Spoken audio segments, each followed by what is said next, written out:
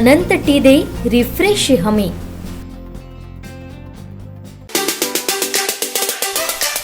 बघा, माझ्या पार्टीशी मी प्रामाणिक राहिलो. मी कधीही त्याच्याशी हे केलं नाही. जिल्हा बँकेकडे मला कोणी फसवलं मला माहिती आहे, पण माझ्यावर जबाबदारी होती म्हटल्यानंतर मी प्रामाणिकपणे सगळ्यांचं काम केलं. प्रत्येक गोष्ट. काल जरी समजा इथला रिझल्ट लागला खासदारकीचा, man of the match Kesarkar. अरे तुम्ही सगळ्यांनी मेहनत केली म्हणून आपण झाला. तुम्ही सगळ्यांनी इथं बोललात, कोणी काय काम केलं, कोणी काय केलं, तुम्हीच सगळ्यांना माहिती आहे. काल बांधत मीटिंग सगळ्या ठिकाणी आपापले विचार मांडले. जाऊ देत. हे बघ, आपण त्या वादात नाही पडायचं. आपल्याला ही निवडणूक लढवून जिंकायची आहे. जिंकायची, लक्षात ठेवा, जिंकायची आहे. त्यामुळे आपल्याला भारतीय जनता पक्ष हे आपण पहिलं प्राधान्य आहे. त्यामुळे आपण सगळ्यांनी या ठिकाणी अगदी शॉर्ट नोटीसमध्ये आपण आलात. आपल्याला मनापासून धन्यवाद.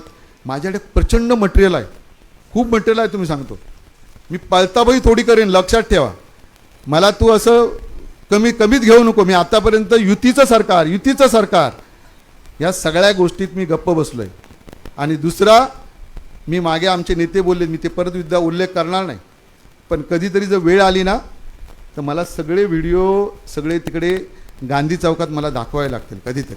म्हणजे आता ह्या सगळ्या कोण कुठे पार्टनर आहे, कोण कुठे आहे, सगळे पेपर माझ्याकडे टोटल.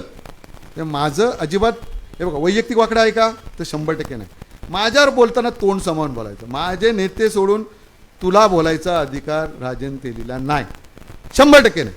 2009ला ज्यावेळी इकडे राष्ट्रवादीने काँग्रेसची युती झाली, माझ्या नेत्यांनी सांगितलं की यांचं काम करायचं. माझी इच्छा नसताना पण त्याच्या घरात गेलो. आमच्या सगळ्या कार्यकर्त्यांनी त्यावेळेचे आहेत, त्यांनी काय ठरवलं होतं, प्रवीण भोसलेला मदत करायची. पण शेवटी नेत्यांचा आदेश आल्यानंतर मी घरात जाऊन ते पहिला विजय त्याच्यातून झाला.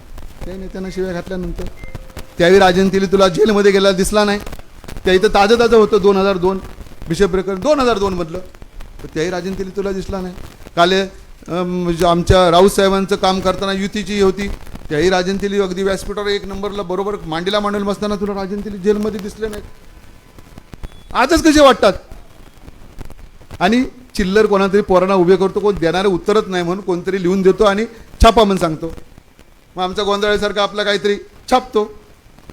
हरकत नाही, काही हरकत नाही, छापा. पण निदान माझी पत्रकार मित्रांना विनंती आहे, आम्ही जे व्यासपीठावर बसलेलो, अरे वर्षानुवर्षे 40 वर्ष माझी गेली राजकारणात. ते दूध पित होते, दूध. ती पोरं आलीत ना, बाप कुठेतरी काहीतरी काम करतो, आता कसं करतो तुम्ही सांगणार नाही, ते सांगणार कधीतरी.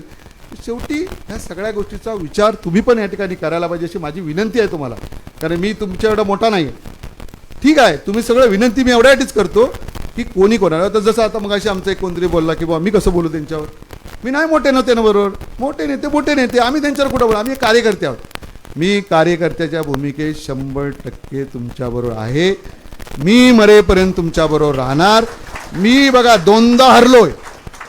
काही आमच्यातलेच विरोधक 2दा हरलो. अरे अटल बिहारी वाजपेयींसोबत केवढे मोठे नेते हरले रे. 2 सीट होते रे आमच्या या भारतात, 2 सीट. तुम्ही कशाला नावं घेऊ सांगा. तरी सोपच कर राजकारण. त्याही ह्या राजकारणाचा पर्दाफाश मी कधीतरी करेल. मला माझ्या कार्यकर्त्यांवर कोणावर बोलायचं नाही. सगळे कार्यकर्ते माझे आहेत, मला कोणाला दोष द्यायचा नाही.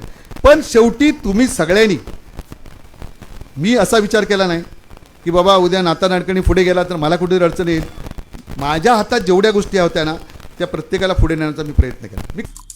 आमचे दिवसभरातले सर्व अपडेट्स, ताज्या घडामोडी आणि थेट लाईव्ह पाहण्यासाठी सबस्क्राईब करा, लाईक करा कोकणचं नंबर 1 महा चॅनल कोकण 7 लाईव्हचं YouTube चॅनल.